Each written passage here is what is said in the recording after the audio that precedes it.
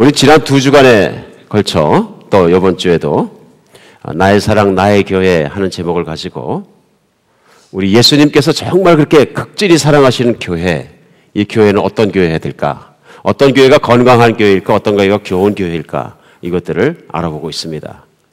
우리 지난 2주간에 걸쳐서는 첫 번째 주에는 정말 예수님이 사랑하시는 교회는 어떤 교회냐면 바로 예수님의 말씀에 터전을 위해 지어진 교회이다. 그 진리의 말씀을 따라가는 교회이다. 그래서 어떤 교회가 좋은 교회냐 할 때 우리는 몇십 년, 몇백 년의 전통이 있습니다. 무슨 교회입니다. 무슨 교회입니다. 프로그램이 좀 다 따지기 이전에 가장 중요하고 확실한 sure foundation은 뭐냐 하면 하나님 말씀 위에 지어졌느냐. 그렇죠? 그래서 교회는 모든 교회가 예수 그리스도 주인 되시는 주님의 평가를 남겨놓고 있습니다. 교회가 한 모든 일, 시작할 때부터 예수님 오실 때까지, 예수님 만날 때까지 모든 일은 예수님 앞에 섰을 때 예수를 믿는 사람들은 심판받지 않지만 평가를 남겨놓고 있습니다. 실제로 그래서 그 요한계시록에 보면 예수님께서 2장에서 3장에서 예수님의 교회를 눈앞에 보시고 손에 쥐고 계시면서 이 땅에서 가장 관심 있고 사랑하시는 것이 교회이다.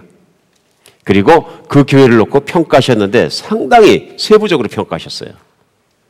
그러니까 우리 교회를 아무렇게나 생각하면 안 된다 그런 얘기입니다. 그래서 우리 말씀드릴 때 결혼시킬 때 부부간에 만나는 거 굉장히 중요한 거죠. 내가 어떤 짝을 만나냐에 따라서 평생에 정말로 운명이 왔다 갔다 합니다. 그런데 교회를 만나는 건 더 중요하다. 어떤 교회를 내가 들어가고 어떤 교회를 섬기고 어떤 교회를 세웠느냐에 따라서 어떻게 된다? 영원한 운명이 결정된다. 영원한 평가가 결정된다는 것입니다. 우리가 사실은 교회가 많다는 이유 한 가지만으로 교회에 대해서 이렇게 심각하게 생각하지 않을 때가 많습니다. 내가 배우자를 선택하는 것보다 훨씬 더 힘들고 중요한 문제가 뭐냐면 교회를 선택하는 것과 교회를 세우는 문제입니다. 그래서 말씀 위에 세워진 교회가 건강한 교회고 말씀대로 살아가는 교회가 참으로 건강한 교회다. 두 번째로 우리가 같이 나눌 때 예수님이 사랑하시고 정말 나의 사랑 나의 교회라고 부르시고 품으시고 정말 기뻐하시는 교회는 사람이 바로 서는 교회이다. 우리가 너무 많은 경우에 착각을 일으키는 게 뭐냐 하면요. 교회를 기관이라고 생각합니다. 조직이라고 생각하고요. 그래서 교회는 교단이 있고 지역교회 있고 조직을 너무 생각하다 보니까 조직은 항상 추구하는 또 목표가 있고요. 근데 그 목표와 추구하는 것에 집중하다 보니까 조직이 사람보다 더 중요해집니다. 실제로 조직이 사람보다 중요해지면 어떤 문제가 생기냐면요. 교회를 나왔는데 교회의 목표나 모든 게 더 중요해지니까 어떤 교회라는 조직이 이루어가는 목표를 이루기 위해서 사람을 이용하게 됩니다. 그렇죠? 근데 중요한 건 뭐냐면은 교회는 프로그램이나 조직이 아니고 교회는 사람 그 자체입니다. 조직이 아니라 사람 그 자체가 교회예요. 교회는 엄밀하게 성경에서 말씀하신 교회는 예수 그리스도와 예수를 믿는 사람들이 붙은 공동체가 교회예요. 그러니까 교회가 공동체라는 개념과 교회는 조직이다 하는 개념은 완전히 다른 것입니다. 그래 어쩔 때 보면 교회를 조직이라고 생각하는 분들이 교회 성도들을 막 쥐어짜서 뭘 만들려고 그러는데 그게 아닙니다. 교회는 모두 예수 그리스도를 믿는 사람들이 모여서 그리스도의 말씀대로 살아가다 모든 걸 이루어가는 공동체이기 때문에 사람은 어떤 사역의 목표 정말 어떤 일의 목표를 위해서 이용하는 대상이 아니라 사람 그 자체가 교회의 가장 소중한 본질이다 하는 것입니다. 그렇기 때문에 우리 지난주에 에베소 4장 말씀 통해서 교회가 건강한 교회에 대해서는 우리 건강한 리더들이 있어야 된다. 그러기 위해서는 성령과 지혜와 은혜가 충만한 리더들이 있어야 되고 그리고 그 교회 안에는 반드시 성령의 역사하심에 따라서 변화되어 가고 있는 성도들이 있어야 한다. 교회가 아무리 커져도 그 안에 있는 성도님들이 하나님을 체험하고 관계 속에 발전해갈 변화가 없다 그러면 그 교회는 여전히 개선이 필요하고 아픈 교회이다. 건강해질 필요가 있는 것이다. 그렇기 때문에 우리가 이 교회를 하나하나 알아간다는 것은 얼마나 중요한 건지 모릅니다. 우리는 막상 교회를 선택할 교회를 볼 때 외견적이거나 전통이거나 무슨 그런 것, 교단이거나 이런 걸 굉장히 중요시하게 보게 됩니다. 그보다 중요한 것은 본질 안에 있습니다. 과연 그 안에 있는 사람들이 성령의 역심과 말씀에 따라서 변해가고 있느냐, 성장하고 있느냐, 성숙한 그리스도인들이 성령의 은혜와 지혜가 충만한 사람들이 꽉 차 있느냐 하는 것이 성숙한 교회의 모습이야 한다. 오늘은 세 번째 시간입니다. 그래서 오늘 여러분과 제가 받은 본문 말씀이 사도행전 2장 말씀입니다. 사도행전은 성령이 임하시고 제자들이 일으켰던 예수님이 바로 일으키신 그 교회의 뜨끈뜨끈한 모습을 보여줍니다. 그리고 우리가 사도행전에 있는 교회를 사도행전 속으로 들어가면 사도행전의 초대교회를 갖다 문을 열고 들어가서 그 교회를 우리가 쳐다볼 수 있는 기회를 갖습니다. 그러면서 그 사도행전 교회가 어떠했는가 문을 열고 들여다보면서 그 교회의 하나하나 좋은 점들을 발견해 가면서 어떤 교회의 건강한 모습에 축을 삼는 것은 중요한 일이라고 생각합니다. 그래서 오늘 본문 말씀이 뭐시냐면 사도행전 2장에 나와 있는 초대 첫 번째 교회의 모습입니다. 그들이 살아가는 모습을 한번 들여다보는 겁니다. 그래서 42절은 그들이 예배하고 살아가는 모습이 뭐냐면 그들이 사도의 가르침을 받아 서로 교제하고 떡을 떼며 오로지 기도하기를 힘쓰니라. 43절 사람마다 두려워하는데 사도들로 말미암아 기사와 표적이 많이 나타나니 44절 믿는 사람이 다 함께 있어 모든 물건을 서로 통용하고 또 재산과 소유를 팔아 각 사람 필요에 따라 나눠주며 날마다 마음을 같이 성전에 모이기를 힘쓰고 집에서 떡을 떼며 기쁨과 순전한 마음으로 음식을 먹고 47절입니다. 하나님을 찬미하며 또 온 백성을 칭송을 받으니 주께서 구원받는 사람을 날마다 더하게 하시니라. 자, 건강한 교회를 이제 들여다봤습니다. 들어본 거죠. 문 열고 들여다보니까 이런 교회 모습입니다. 어떤 교회 모습이 보이십니까? 우리가 잘 되는 교회, 건강한 교회를 봐야 이제 벤치마킹 할 수 있습니다. 아, 교회가 성령이 충만히 임하면 이런 교회가 되는구나 보면서 성경 말씀 안에서 그 교회의 건강한 모습들을 하나하나 배우는 것이 중요하다고 생각합니다. 제가 아는 한 형제님은 얼마 전까만 해도 평생의 인생의 그 목표가 뭐였냐면 빨리 은퇴하는 거였습니다. 돈을 빨리 벌고 빨리 은퇴해갖고 골프 치고 시컷 놀고 사는 것이었습니다. 뭐 놀고 먹고 살고 싶은 것 뭐 잘못이라고 얘기하기는 그렇습니다만은 근데 이 형제가 이렇게 된 데는 이유가 있습니다. 왜냐하면 이민 와갖고 고생을 무지무지하게 했습니다.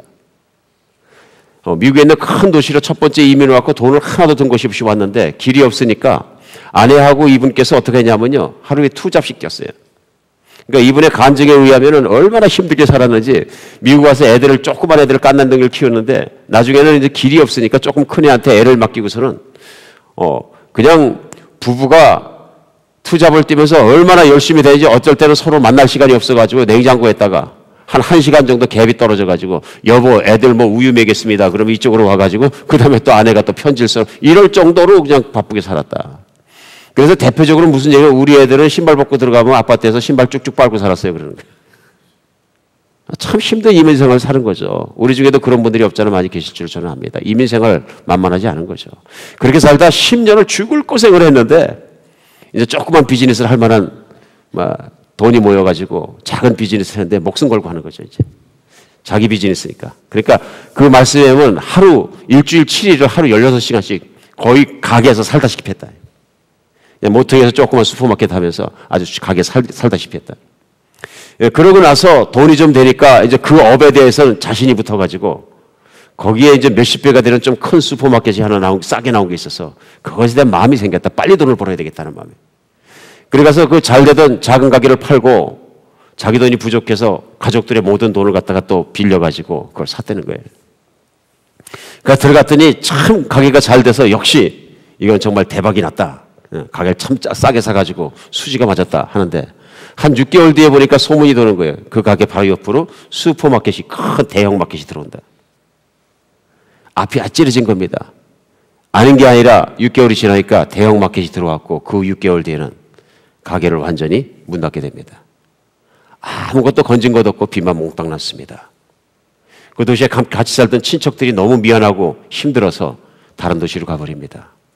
살까 죽을까 고민하다가 너무 힘드니까 시내를 돌아다니는데 한 세탁소 하나가 불타다 남은 게 있는데 랜로드가 거기서 그냥 하라 그럽니다. 그러니까 돈이 없었으니까 거기 들어가서 그냥 세탁소를 처음으로 해보게 됩니다. 근데 신기하게도 그 앞에 있는 주인이 망해갖고 나갔는데 거기에서 조금만 손을 대가지고서는 비즈니스를 시작하는데 그 비즈니스가 잘 되기 시작합니다. 그래야 돈을 조금 모으니까 건물이 좀 망가졌던 거 다 보수하고 단독 건물로 예쁘게 차렸더니 그저 한 1, 2년 하니까 그 세탁소가 목사님 그 세탁소가 300~400만 불짜리가 됐습니다. 막 그냥 그 다음에는 돈을 들여서 개보수를 하고 직원들을 쓰니까 사람들이 몰려들기 시작하는데 감당 못할 정도로 몰려들어서 그야말로 대박이 났습니다.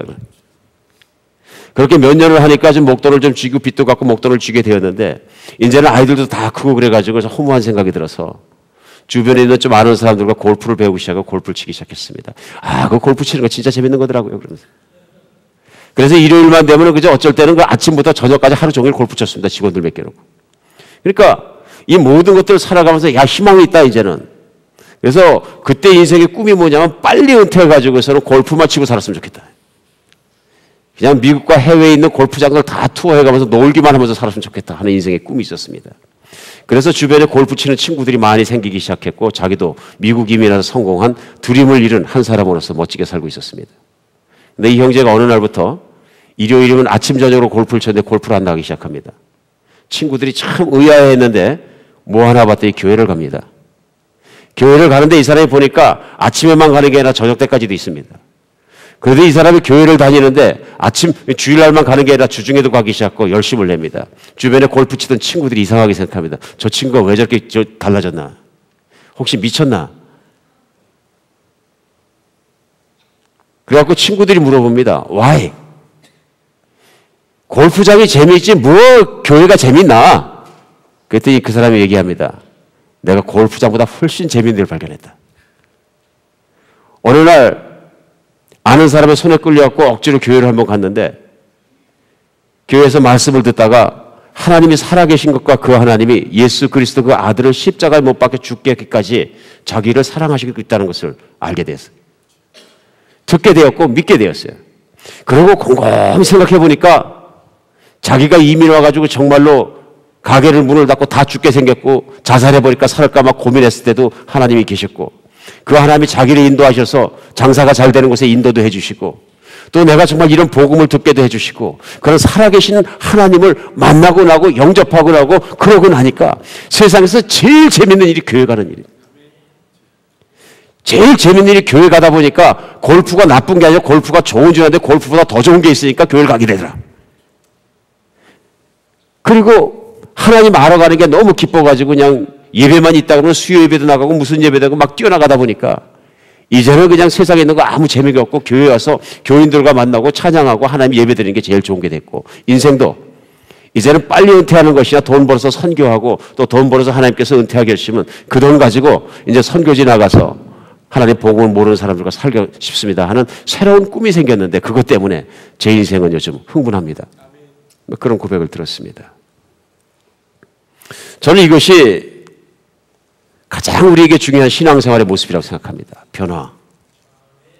내 내면적으로 하나님을 만나게 되고 예수를 만나게 되면 내면적인 변화가 일어났기 때문에 내가 좋아하는 것들과 내가 중요하게 생각하는 것과 모든 가치관이 한꺼번에 바뀌어버리는 것이죠.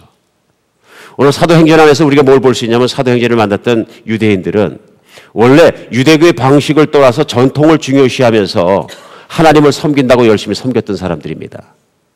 그런데 모든 것이 행위에 그쳤었습니다. 행위에 그치는 모습보다 하나님을 섬길 때는 어떤 모습이 있냐면요. 본질적으로 예배자가 못 되기 때문에 의무적으로 하는 것입니다. 그러면 기쁨과 즐거움이 없습니다.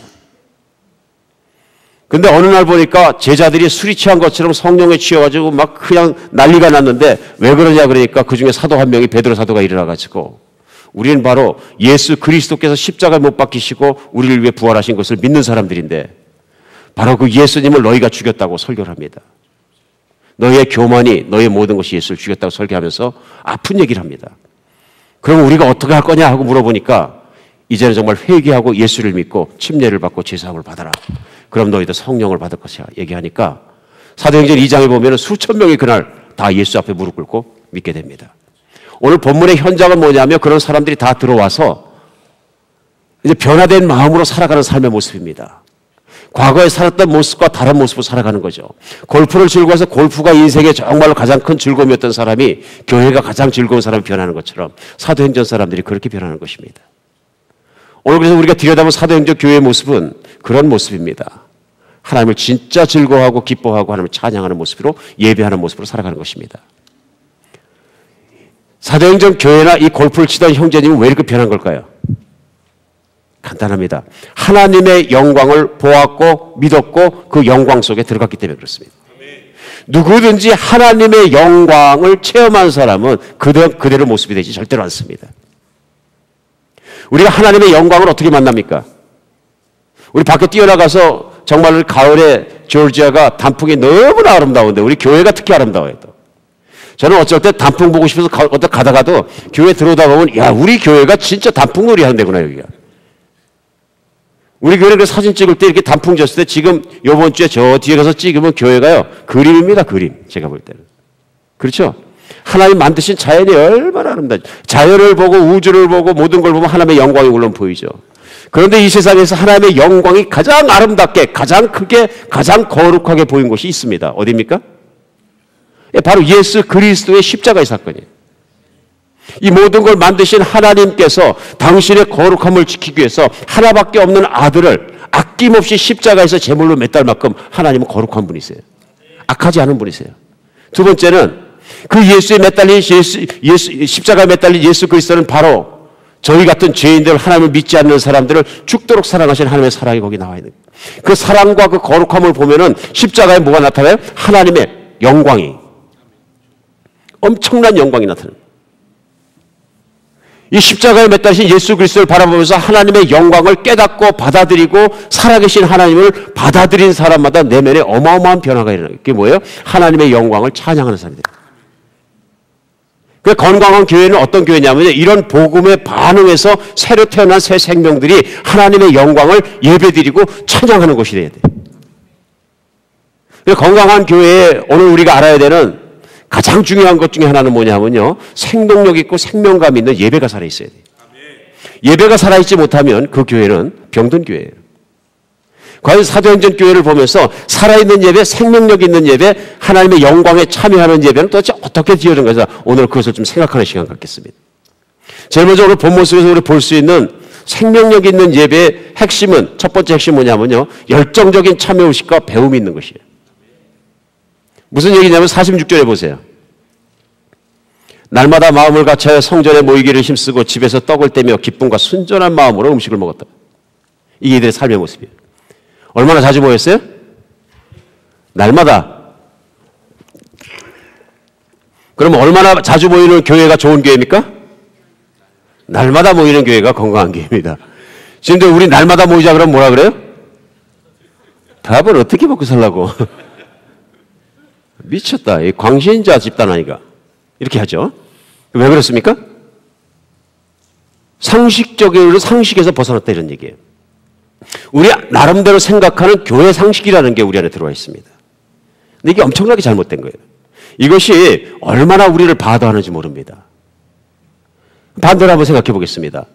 보통 진정한 예배자는 얼마나 자주 만나고 싶은 거예요. 언젠가 한번, 그때는 특이하고도 하나님께서 버림받은 여인이 그 병원에 암이 걸릴 수 있다는 얘기를 듣고 갔는데, 제 아내와 함께 한 일주일을 쫓아다니면서 매일 기도를 했더니 났어요. 말기암이었는데, 났는데, 그 자매가 매일매일 기도해 줄 때마다 외로웠던 사람들이 했던 얘기를 지금도 기억해요. 목사님, 저는 이 몸이 나면은 매일 교회 가서 살겠습니다. 매일 교회 가서 살겠습니다. 이런 얘기 왜 하는 거예요? 뭐 제가 그런 얘기 하라 그랬어요? 네, 하라고 안 했어요. 사람이 하나님의 영광을 만나고 나면은 하나님의 그 영광의 임재 속에 매일 있고 싶어 합니다. 저 교회에서 살다 교회 죽고 싶어요. 그분은 교회를 다녔던 분도 아니고 예수를 아는 분도 아니고 아무것도 아닌데, 하나님이 내 몸을 낫게 해주신다면, 제가 다시 살 수 있다면 저는 모든 충성을 하나님 만나는 그것에 교회 가서 살고 싶어요. 이거는 가르치지 않아도 자연스럽게 들어오는 마음의 변화다 하는 얘기예요. 오늘 예배자에게 중요한 건 뭐냐면요, 이런 것이 있어야 돼. 교회에서 만나는 것에 예배를 그냥 벌써 주일 됐나, 이게 아니고 주일날 나오기 싶어가지고 일주일을 준비하다가 주일날 나오면 기쁜 마음으로 주일이 베스트 데이가 돼. 이게 정상적인 것이다. 제가 9년 전에 다른 도시에서 교회를 처음 시작하면서 제자훈련을 시작했습니다. 제자훈련을 시작하면서 설명을 했어요. 저희 교회 제자훈련은 우리 제자훈련생이 집집마다 돌아가면서 합니다. 그랬더니 다 사인업을 했다가 고민하는 거예요. 그만둘까? 요즘 표현하면 헐 그러는 거예요. 집을 여는 게 사실 귀찮은 거거든요. 오랜만에 청소해야 되고 밥해야 되고 준비해야 되고 보통 신경 쓰이는 일, 한 번도 교회 다니면서 집 열 일이 없었는데, 그래서 제가 강요를 했더니 몇 명 안 된 교인들이 막 충성된 마음을 가지고 에이 엽시다 그래 다 열으셨어요. 제자훈련을 시작했는데요. 목사님 이거 매주 만나야 됩니까? 예, 매주 만나가지고 만날 때마다 3시간, 4시간 같이 모입니다. 그랬더니 예? 저희는 40분 주일날 성경 공부해도 다 줍니다. 그러는 거예요. 우리는 무조건 갑니다. 그랬더니 알았습니다. 따라오긴 따라오신 게 감사한 거죠. 첫 주에서 한 10주 차 될 때까지는 이분들이 훈련이 끝나면 끝났습니다. 지금 다음번에 뵙겠습니다. 그리고 다 저보다 빨리 나가. 근데 언젠가부터 이분들이 변하기 시작하더니 제가 일어나도 아무도 안 일어나셔. 그러더니 나중에 들리는 얘기야, 목사님 나가고 나서 우리 새벽 2시까지 얘기했습니다. 그래서 이분들이 혹시 맥주 놓고 얘기한 건 아니시겠지. 근데 변해서 그러지 않는데 복음이 전하고 나눠지고 예수님을 알아가고 하나님의 영광을 알아가니까 이분들의 관심이 바뀌기 시작하더니 세계 선교에 대한 이야기들, 교회 발전에 대한 얘기들, 섬김에 대한 얘기들, 이런 대화를 하다 보고 자기 신앙의 간증들이 시작되고 밤이 늦어지는 줄 몰랐다. 그래서 목사님이 떠나고 난 이후의 시간이 더 좋아졌다. 그러고 나서는 정말 형제들이 헤어져야 되는데 드라이브에 나와가지고 1시간 동안 서로 얘기하다가 또 헤어졌다. 그것도 아쉬워서 그 다음날 맥도날드 만나서 또 커피를 마셨다. 그래갖고 예수 믿은 지 얼마 안 된 형제가 고백을 하는 거예요. 이제 뭐라 그러냐면, 목사님, 저는 늘 우리 직장에서 회식 가면 3차까지 가는 줄 알았더니 교회에도 2차, 3차가 있대요. 그래. 이건 시켜서 생기는 것이 아니라 성령이 임하시고 은혜를 받고 복음을 알고 십자가의 사랑을 깨달은 사람들 내면에서 일어나는 자연스러운 변화라고 저는 믿습니다. 만나고 싶어지는 거예요. 이게 만나고 싶어지기 때문에 되는 거예요. 그러면 교회가 되는 겁니다. 교회가 되려면 예배가 바로 속에서 첫 번째 가져야 될 건 뭐냐면 예배를 향한 열정입니다. 하나님을 향한 열정이 모임에 대한 열정으로 드러나기 시작하는 거예요.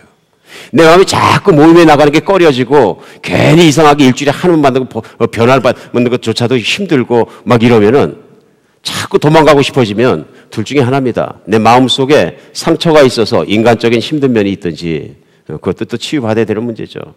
아니면 내가 영성이 바닥으로 가라앉아서 그렇든지 둘 중에 하나입니다. 정상적인 신앙은 성령이 충만해지면 가고 싶고 만나고 싶고 가담하고 싶고 뭔가 하고 싶고 그러고 싶어집니다. 애틀란타에서도 교회를 처음 시작해서 얼마 전에 목장이 3개밖에 안 돼서 지금은 많습니다만은 그때는 목장을 하실 때마다 관심이 있어서 지도차 제가 목장을 같이 참석하는 경우가 꽤 있었습니다. 그날도 오늘 목장을 가서 같이 앉아 있는데 한 자매님이 처음 들어오셨어요. 근데 이 자매님이 좀 이렇게 말씀하시길 좋아하는 분이셨던 것 같아요. 그랬더니 첫날이었는데 목사님, 그래서 왜 그러십니까? 그랬더니 제가 탁 와서 보니까 목사님 교회는 안 되겠습니다. 그러는 거예요. 그래서 왜 그렇게 생각하십니까? 그랬더니 목사님 생각이 틀려먹었습니다. 벌써. 무슨 생각이? 그랬더니 목사님 어떻게 사람 보고 매주 만나라 그럽니까? 다른 교회도 다 여성교회 만나고 남성교회에서 만나면 분기에 한 번 만나지 한 달에 한 번 만나면 충분하고 잘 되는데 이렇게 매주 만나라고 목사님이 뭐 달달 볶아놓고 목사님 뛰어다니고 그러면은 어떤 성도가 지겨워서 교회 붙었겠습니까? 그리고 예전에 제가 다니던 섬기던 교회는 목사님이 교인들이 모이는 걸 별로 안 좋아하셔서 주일날 교회 갔으면 됐으니까 가정에 충실하고 다시는 모이지 말라고 모이는 걸 막 금지하셨는데 그 교회에 막 사람 많이 모입니다. 답답했습니다. 그 자매님 보고 말씀드렸어요. 그냥 가만히 계시다 보면 왜 좋은지 아시게 됩니다. 범은 압니다. 안타깝게도 그 자매님 그 다음 주에 나가셨는데 안타깝습니다. 사랑하면 자주 만나고 싶어집니다. 자주 만나고 싶어집니다. 저는 오늘날도 그렇게 생각합니다. 분명히 확신합니다. 목장이 잘 되면 일주일에 3번, 4번 만나려고 그래요. 목장이 힘들어질 때도 있죠. 힘들어지면 일주일에 한 번 만나는 것도 힘들어요. 사실입니다. 근데 중요한 건 뭐냐 하면요. 그 안에 성령의 역사가 있고 흐르고 사랑이 있고 뭔가 나누어짐이 있고 치유가 있고 그러면요. 막 만나고 싶어져요. 그러니까 뭔가 문제가 있어 안 만나질 땐 기도할 문제이고 갈구해야 될 문제이지 그 시스템이 잘못된 것이 아니다 하는 얘기입니다. 오늘 뭐라 그럽니까? 오늘 사도행전교회도 성도들이 날마다 모이더라. 모이는 거에 힘을 쓰게 되고 이것이 사도가 안 모이면 죽습니다 해서 모이는 것이 아니고 스스로 자발적으로 성전에서 만나고 또 나와서 집에서 만나고 헤어지기 싫어하고 같이 살아가는 그런 만남이 일어나더라. 정말입니다. 그 안에 그냥 만나는 것이 아니라 말씀의 가르침이 있고 사도들의 가르침이 있으니까 성장해 가고 자주 만나니까 자주 하니까 좋고 또 빨리 성장할 수 있는 것이죠. 우리 한부전교회가 늘 이렇게 만난 것에 인색하지 않는 그런 교회 되었으면 좋겠습니다. 하나님이 중심이 되고 신앙의 삶의 중심이 되기 시작된 이런 변화가 뭐냐면요, 만나는 것을 기뻐하고 만남의 자리가 많아지는 것입니다. 내 주변에 만남의 기회가 많으면 기뻐하시기 바랍니다.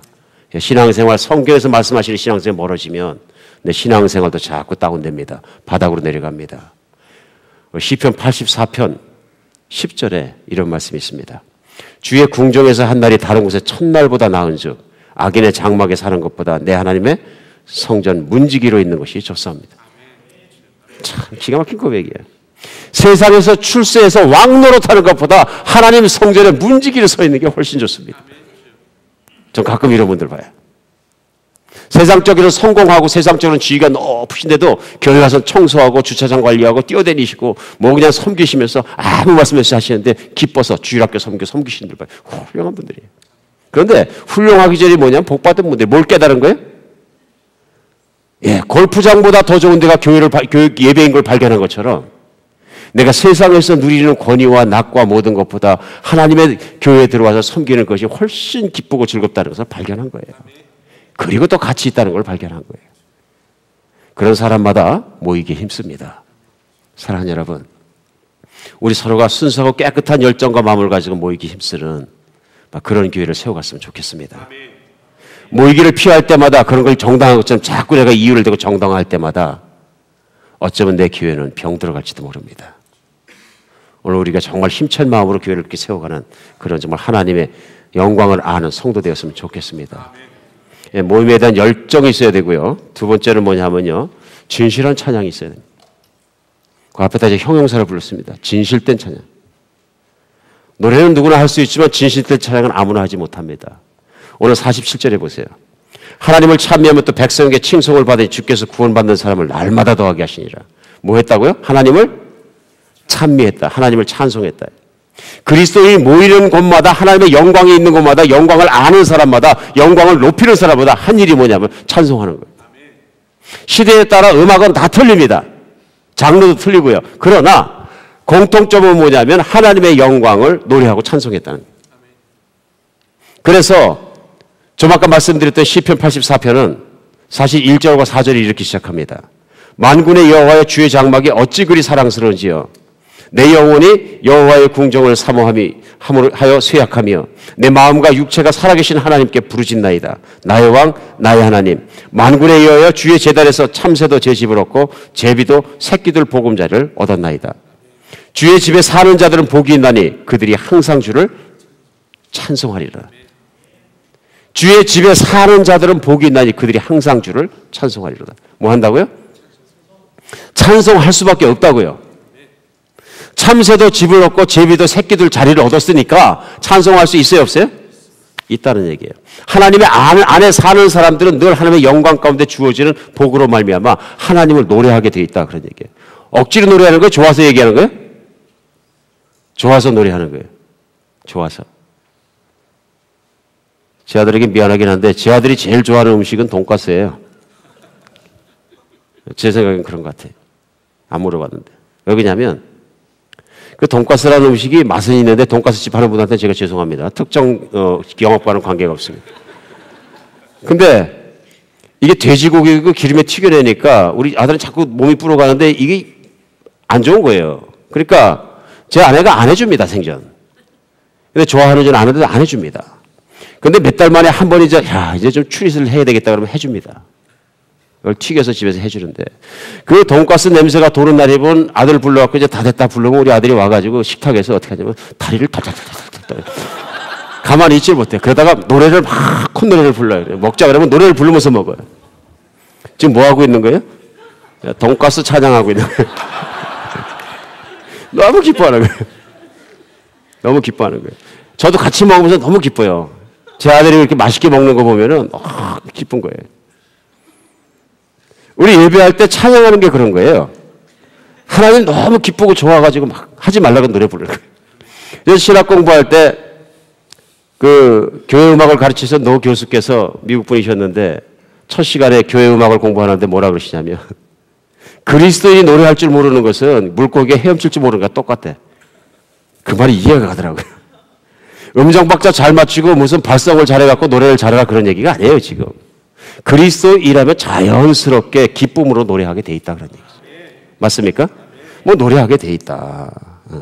그래서 그 찬양이 그런 것이기 때문에 찬양은 하나님과 마음을 주고받는 방법이거든요. 내 마음을 주고받는 방법이거든요. 그럼 내가 찬양할 때 하나님은 그냥 묵고 하시고 듣지도 않냐 들으시거든요. 그래서 성경에 보면 하나님 찬양을 들으시고 찬양으로 답변하시는 분이시거든요. 그래 어떡합니까? 찬양할 때 마음의 상처도 치유받고 찬양할 때 기도가 응답받고 찬양할 때 낙심했던 사람이 힘을 얻고 찬양하는 능력으로 일어나는 거거든요. 정말입니다. 그래서 찬양이 엄청난 파워가 있습니다.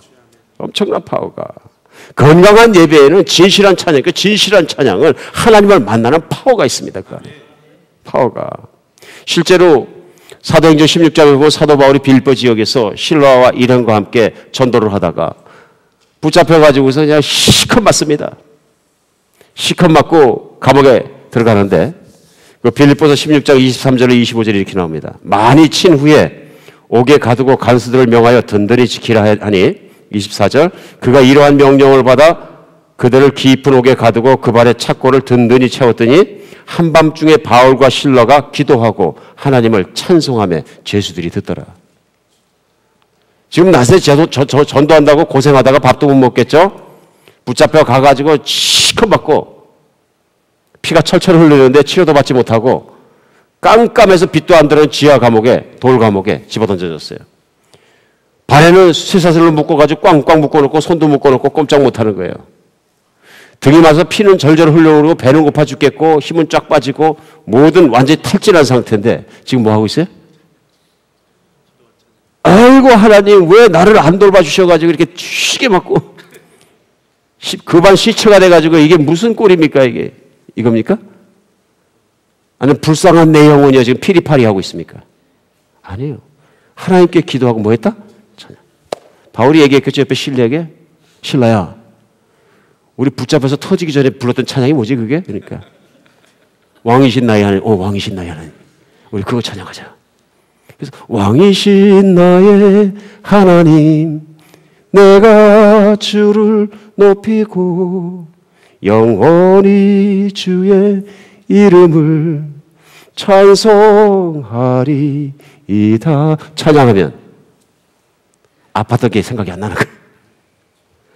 성령의 능력으로 치유도 받고 그 순간에 기가 막힌 일이 났어요. 하나님을 기뻐했더니 찾던 착고가 푹 풀어져 버리고 옥문이 열려버리고 터가 진동하고 대문이 열리고 걸어나갈 수 있게 간수들이 놀라 쫓아와서 바울 앞에 무릎을 꿇고 우리가 어떻게 됩니까? 반대로 사정하고 찬양의 능력, 찬양의 힘, 찬양의 권능이에요. 교회는 찬양의 힘이 있어야 됩니다. 이런 찬양의 힘이 있게 있어서요 찬양은 자유한 것이어야 합니다. 찬양은 자유한 것이 돼요. 찬양은 묶었던 영혼도 풀어주는 것이에요.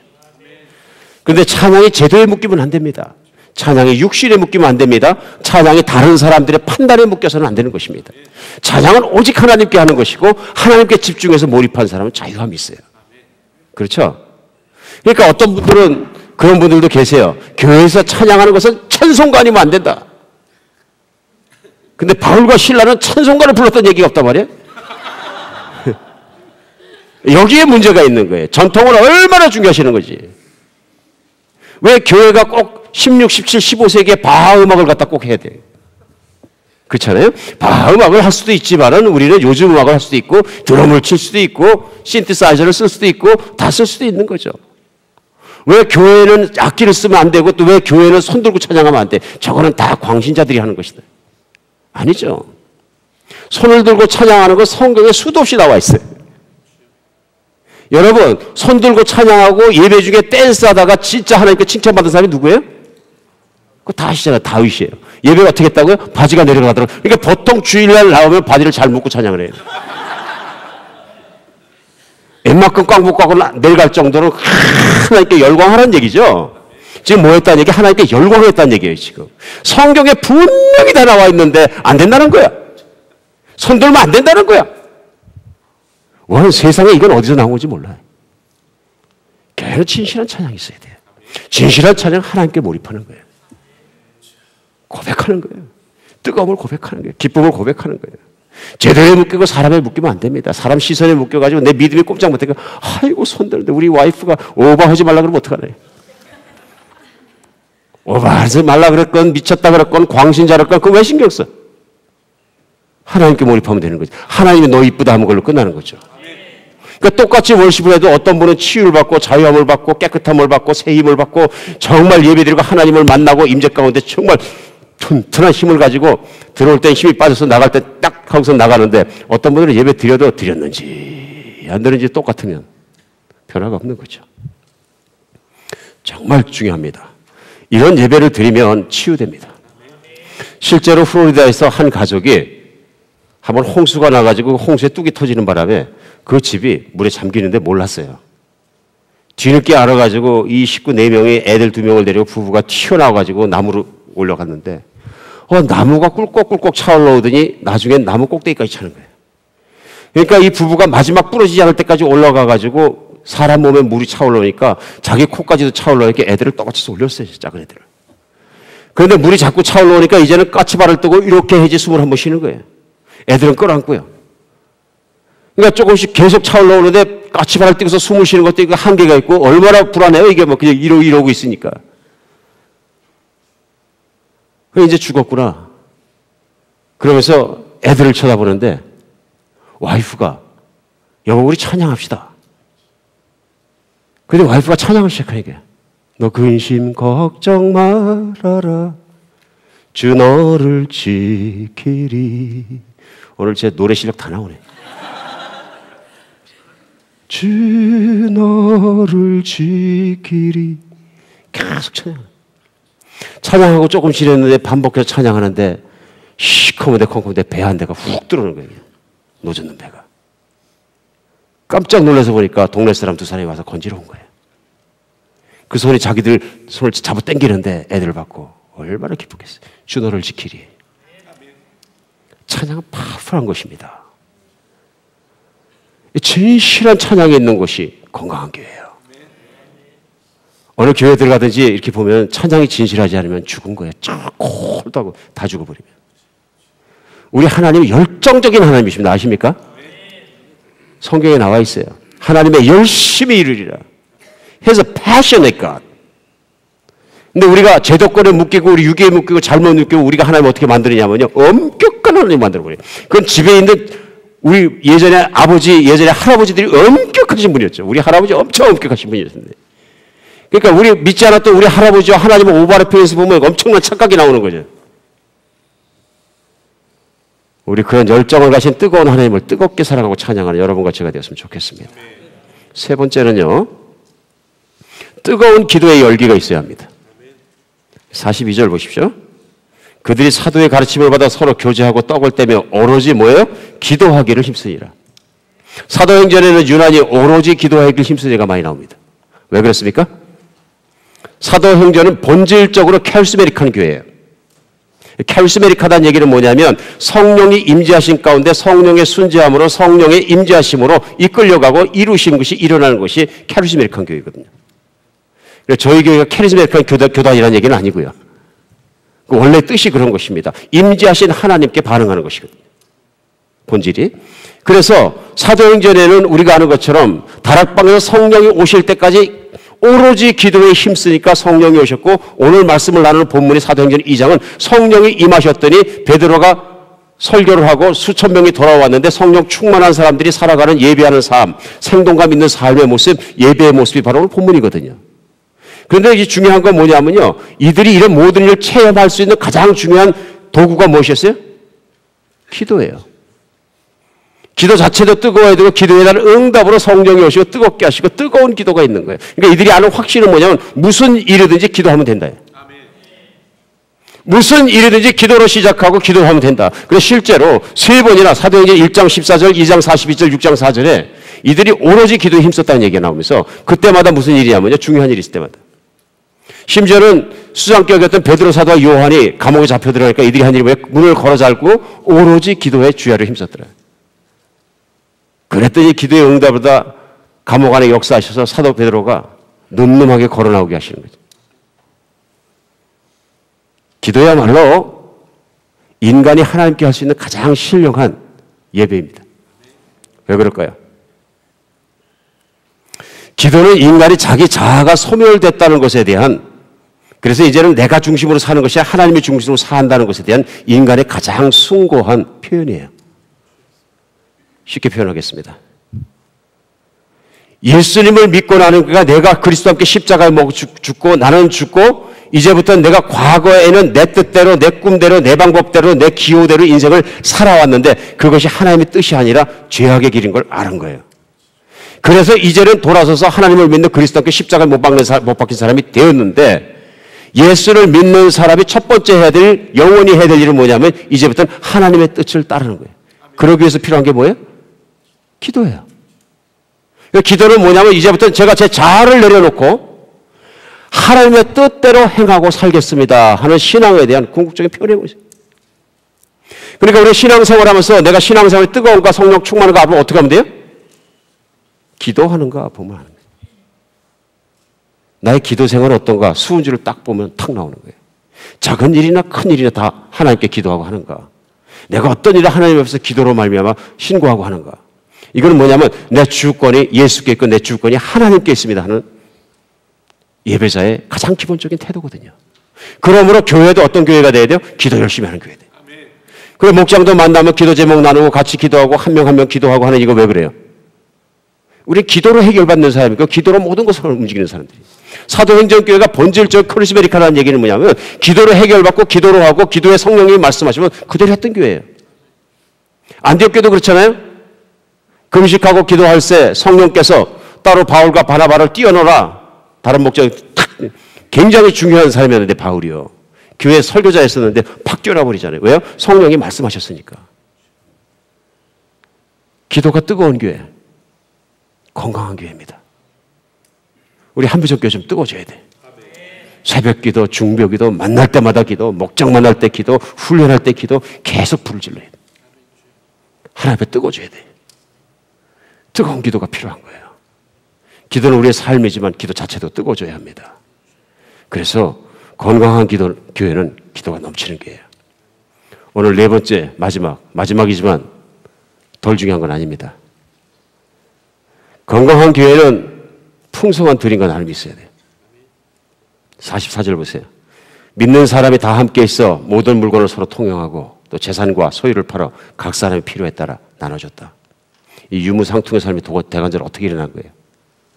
이건 오직 예수께서 부활했다는 것을 믿는 사람에게만 일어나는 거예요. 그리고 성령이 살아계시고 우리에게 미래에 천국이 열려있다는 걸 분명히 믿는 사람만 할 수 있는 일이에요. 그게 뭐예요? 하나님께 나를 드리고 재물을 드리고 인생을 드리고 다 드릴 수 있는 거예요. 다 드릴 수 있는 사람은 오직 내 재물과 체력과 은사와 시간을 하나님이 원하시는 일을 위해서 쓸 수 있는 용기가 생기는 거예요. 그렇죠? 이게 건강한 교회예요.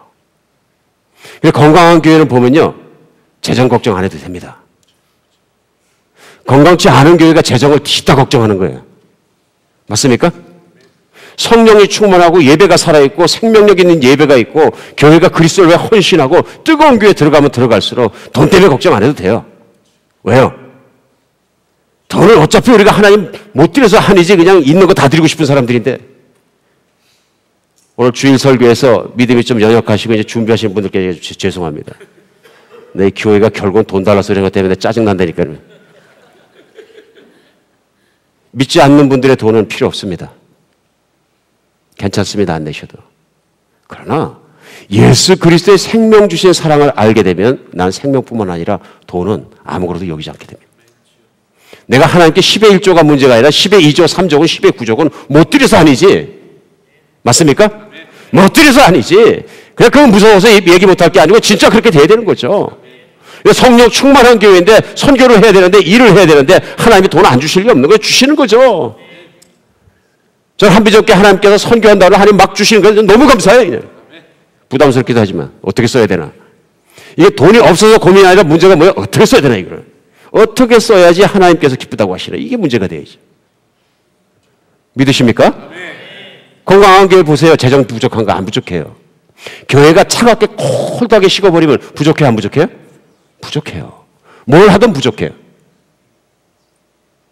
그러니까 교회가 이상하게 재정이 부족하면 첫 번째 할 일은 뭐예요? 점검해봐야 돼. 돈을 잘못 썼나? 두 번째는요? 교회가 혹시 성령의 열기가, 예배의 열기가 식은 건 아닌가? 바짝 엎드려서 금식하고 다 기도해야 돼. 목사부터. 맞습니까? 예, 오늘 성경 말씀이 분명히 우리 가르쳐줄 말씀이라 저는 믿습니다. 정리하겠습니다.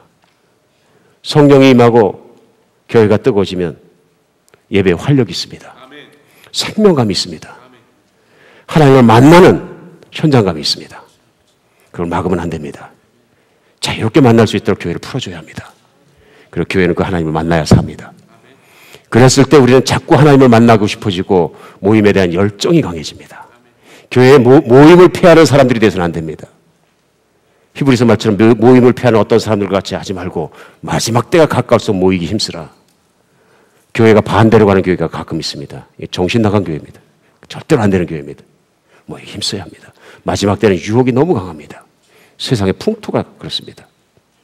뿐만 아니라 우리가 만날 때마다 천향이 뜨거워야 되고, 그리고 우리 기도가 뜨거워져야 합니다. 그리고 돈 아까워하지 않고 오직 교회를 섬기고 성도를 섬기고 하나님의 뜻을 섬기는 것이라면 내가 돈 때문에 질질 매지 않는 성도들로 충만되기 시작해야 건강한 교회가 되는 것입니다. 21세기 교회나 1세기 교회나 본질과 내용에선 다를 게 하나도 없습니다. 오직 우리는 이 교회 건강한 것을 성경 안에서 찾는 이유가 그래서 그런 것입니다.